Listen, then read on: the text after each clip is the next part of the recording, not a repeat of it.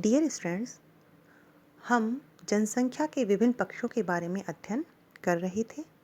अभी तक हमने जनसंख्या के वितरण और घनत्व को प्रभावित करने वाले प्राकृतिक और सांस्कृतिक कारकों के बारे में अध्ययन किया।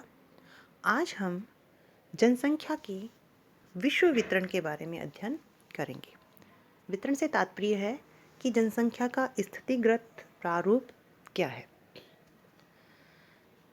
यदि हम जनसंख्या वितरण की बात करते हैं तो उसमें हम जनसंख्या वितरण को दो प्रकार से वर्गीकृत करके अध्ययन कर सकते हैं। बसे हुए भूभाग जिन्हें हम एक्यूमने कहते हैं और बिना बसे हुए भूभाग जिन्हें हम नॉन एक्यूमने कहते हैं। जनसंख्या के वितरण को जानने से पहले हमें जनसंख्या के वितरण से संबंधित कुछ फैक्ट्स को जानना ज़रूरी है, तथ्यों को जानना ज़रूरी है, जो इस प्रकार से हैं।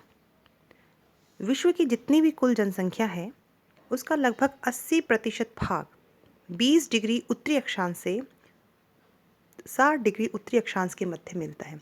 यानी विश्व की लगभग 80% जनसंख्या जो है उत्तरी गोलार्ध में केवल 20 डिग्री उत्तरी अक्षांश से 60 डिग्री उत्तरी अक्षांश के मध्य ही निवास करती है। दक्षिणी गोलार्ध में विश्व की केवल 10% जनसंख्या ही निवास करती है और शेष 90% जो है संपूर्ण उत्तरी गोलार्ध में निवास करती है। तो हम देखें कि अधिकांश जनसंख्या का जो वितरण है वो मानसूनी जलवायु के प्रदेशों में है और साथ ही साथ शीतोष्ण जलवायु वाले कटिबंध में पाया जाता है। दक्षिणी अमेरिका, अफ्रीका और ऑस्ट्रेलिया ये 3 दक्षिणी महाद्वीप हैं। इनमें विश्व का लगभग 18% जनसंख्या निवास करती है, जबकि इन तीनों महाद्वीपों में विश्व के कुल भूमि क्षेत्रफल का 40% से भी अधिक भाग निहित है। यानी ये जो आपके अफ्रीका, दक्षिणी अमेरिका, अफ्रीका और ऑस्ट्रेलिया महाद्वीप हैं, इनका अधिकांश भाग जो है दक्षिणी गोलार्ध में स्थित है और क्षेत्रफल की दृष्टि से ये विश्व की 40% भूमि को अपने अंतर्गत लेते हैं, लेकिन यहाँ पॉपुलेशन मात्र 18% ही निवास करती है। विश्व का लगभग 65% भूभाग जो है बिना बसे हुए क्षेत्र यानी नॉन एक्यूमने के अंतर्गत आता है। यानी विश्व का जो भूमि का काफ़ी बड़ा एरिया जो है वो नॉन एक्यूमनी के अंदर आता है, लेकिन वहाँ पर विश्व की केवल 5% जनसंख्या ही निवास करती है। जनसंख्या की दृष्टि से वो बहुत ही पुअर एरिया है। विश्व की जो 65% जनसंख्या है वो समुद्र तट से 500 किलोमीटर अंदर तक के भूभागों में मिलती है, जबकि महाद्वीपों के आंतरिक भूभागों में विषम जलवायु दशाओं के कारण और उच्चावच की भिन्नता अधिक होने के कारण बहुत कम जनसंख्या निवास करती है। यानी विश्व की अधिकांश जनसंख्या जो है समुद्र तटीय इलाकों में निवास करती है। विश्व की 80% जनसंख्या समुद्र तल से 500 मीटर की ऊंचाई तक वाले भूभागों पर मिलती है। यदि हम ऊंचाई की बात करें तो समुद्र तल से 500 मीटर की ऊंचाई तक विश्व की लगभग 80% जनसंख्या निवास करती है। यानी अधिकांश जनसंख्या जो है कम ऊंचे भूभागों में ही रहना पसंद करती हैं।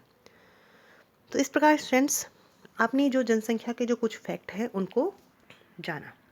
अब हम जनसंख्या वितरण का जो हमने ये फैक्ट्स जाने उसके आधार पर हम बसे हुए भूभाग और बिना बसे हुए भूभाग के बारे में अध्ययन करेंगे। सबसे पहले हम बिना बसे हुए भूभागों के बारे में अध्ययन करेंगे। बिना बसे भूभाग का मतलब है जहाँ पर जनसंख्या या तो है ही नहीं या फिर बहुत ही कम जनसंख्या पाई जाती है, यानी अति विरल जनसंख्या है। बिना बसे यानी नॉन एक्यूमनी क्षेत्र के अंतर्गत हम 4 क्षेत्रों को सम्मिलित करते हैं। अत्यधिक ठंडे मरुस्थलीय प्रदेश, अत्यधिक गर्म एवं शुष्क मरुस्थलीय प्रदेश, विषुवतरेखीय आर्द्र वन प्रदेश और अति उच्च पर्वतीय प्रदेश। अब हम सबसे पहले अध्ययन करेंगे अत्यधिक ठंडे मरुस्थलीय प्रदेश। इसमें अंटार्कटिका महाद्वीप, ग्रीनलैंड, कनाडा का उत्तरी भाग, एशिया महाद्वीप में साइबेरिया का उत्तरी टुंड्रा प्रदेश शामिल हैं। इन क्षेत्रों में वर्ष के अधिकांश समय जो है टेम्परेचर 0 डिग्री सेंटीग्रेड से भी नीचे रहता है। यहाँ किसी प्रकार के भी कृषि उत्पादन संभव नहीं है। यहाँ की जलवायु भी बहुत ही अति शीत प्रधान है, इसलिए मानव निवास के अनुकूल जलवायु नहीं है।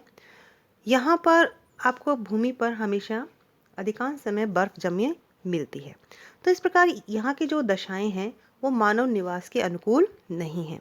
यहाँ थोड़ी बहुत जो पॉपुलेशन आपको देखने को मिलेगी वो आदिवासी जनजातियों की है, जैसे एस्किमोज हैं, सेमोयड्स हैं, ये यहाँ पर निवास करते हैं। ये भी आखेटक हैं और बहुत ही विरल प्रारूप में वितरित हैं। विश्व की कुल भूमि का लगभग 20% भाग इस प्रदेश के अंतर्गत आता है। दूसरा है आपका अत्यधिक गर्म एवं शुष्क मरुस्थलीय प्रदेश। इसमें अफ्रीका का सहारा व कालाहारी, एशिया का अरब मरुस्थल व थार मरुस्थल, दक्षिणी अमेरिका का अटाकामा मरुस्थल, ऑस्ट्रेलिया का पश्चिमी मरुस्थलीय प्रदेश, ये सभी इसी भाग के अंतर्गत आते हैं। ये सभी गर्म हैं और शुष्क मरुस्थलीय भाग हैं। यहाँ पानी की भी, पीने के पानी की भी कमी है, वर्षा बहुत ही कम होती है, उच्च तापमान होता है, जिसके कारण यहाँ पर और मरुस्थलीय मिट्टी होने के कारण, पानी की कमी होने के कारण यहाँ पे कृषि उत्पादन भी संभव नहीं है।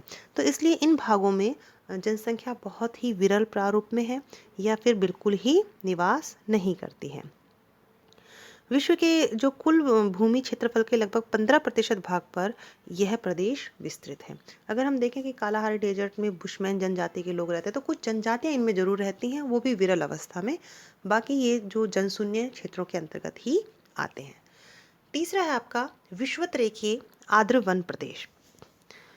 इसके अंतर्गत भूपटल के वो भाग शामिल हैं जो अति उष्ण हैं और साथ ही आर्द्र हैं, यानी यहाँ पर गर्मी भी अधिक है और वर्षा भी बहुत अधिक होती है। और इस प्रदेश में भूमध्य रेखा के आसपास के इलाके शामिल हैं, जहाँ तापमान उच्च होने के कारण, वर्षा अधिक होने के कारण, अत्यधिक आर्द्रता होने के कारण, यानी उमस भरा मौसम होने के कारण मानव निवास के अनुकूल दशाएं नहीं पाई जाती हैं। यहाँ पर बहुत ही सघन वनस्पति मिलती है, मिट्टी भी यहाँ पे कम उपजाऊ है और यहाँ पर आर्द्रता इतनी अधिक है कि मानव स्वास्थ्य के लिए वो हानिकारक है। यहाँ पर इस तरीके की उष्ण आर्द्र जलवायु के कारण विभिन्न प्रकार की मक्खियाँ, मच्छर, कीड़े मकोड़े पैदा हो जाते हैं और जो स्वास्थ्य को नुकसान पहुँचाते हैं। इसलिए यहाँ पर जनसंख्या, मानव निवास का बसाव बहुत ही कम है, जनसंख्या बहुत ही कम मिलती है। इसके अंतर्गत दक्षिणी अमेरिका में अमेजन बेसिन और अफ्रीका में कांगो बेसिन जो है प्रमुख क्षेत्र है। यहाँ पर जनसंख्या बहुत ही विरल और या फिर पिछड़ी अवस्था में आपको देखने को मिलेगी। यह क्षेत्र भूपटल के लगभग 10% भाग पर विस्तृत है। जैसा कि मैंने बताया, जनसंख्या के नाम पर यहाँ पर आदिवासी जनजाति निवास करते हैं, जैसे कांगो बेसिन में पिग्मी जनजाति के बारे में हमने अध्ययन किया था। अब बिना बसे क्षेत्रों के अंतर्गत अंतिम है अति उच्च पर्वतीय प्रदेश। अति उच्च पर्वतीय प्रदेश के अंतर्गत मैंने आपको जैसे बताया था कि विश्व की अधिकांश जनसंख्या समुद्र तल से 500 मीटर की ऊंचाई तक निवास करती है। उससे अधिक ऊंचाई पर जनसंख्या बहुत ही विरल है और बहुत ही कम बसाव के लिए जानी जाती है। यहाँ पर जैसे आपके उच्च पर्वतीय प्रदेशों में हम उन भागों को सम्मिलित करेंगे जहाँ पर जलवायु भी अति ठंडी हो गई है और साथ ही साथ धरातल की प्रतिकूल दशाओं के कारण मानव की जनसंख्या का बसाव बहुत कम मिलता है। इसके अंतर्गत हम देखेंगे जो एशिया की मध्यवर्ती पर्वत श्रृंखला है, जिसमें आपका ये हिमालय पर्वतमाला है, पामीर का पठार है, सारे जो त्यान शान, ये सब हमारे कुनलुन पर्वतमालाएं हैं, ये जैग्रोस है, पॉन्टिक है, ये सारी पर्वत श्रेणियाँ जो पामीर की गांठ से निकलती हैं एशिया में, वो सभी इसके अंतर्गत सम्मिलित होती हैं। इसके अलावा एंडीज़, दक्षिण अमेरिका में एंडीज़, उत्तरी अमेरिका में रॉकीज़ पर्वत है, ये सारे जो हैं ये पर्वतीय, उच्च पर्वतीय भाग जो हैं मानव निवास के अनुकूल नहीं है। ये विश्व की कुल भूमि का लगभग 20% भाग सम्मिलित करते हैं। तो इस प्रकार हम देखें कि अति ठंडे प्रदेश, उष्ण आर्द्र प्रदेश, उच्च पर्वतीय प्रदेश और गर्म एवं शुष्क मरुस्थलीय प्रदेश, ये सभी जो है मानव निवास के लिए अनुकूल दशाएं नहीं रखते हैं, लेकिन ये पृथ्वी के अधिकांश भाग को, भूमि के अधिकांश भाग को घेरे हुए हैं। तो इस प्रकार हमारे भूमि पर ये बिना बसे हुए क्षेत्र का क्षेत्रफल बहुत अधिक है, लेकिन इनके अंतर्गत आने वाली जनसंख्या का आकार बहुत ही कम है और यहाँ पर जो रहने वाले लोग हैं वो अधिकांशतः जनजाति वाले लोग हैं जो बहुत ही विरल अवस्था में और अति पिछड़ी दशा में हैं। तो स्टूडेंट्स, इस प्रकार हमने आज बिना बसे हुए क्षेत्रों के बारे में अध्ययन किया। मानचित्र में इनकी लोकेशन पूछी जाती है।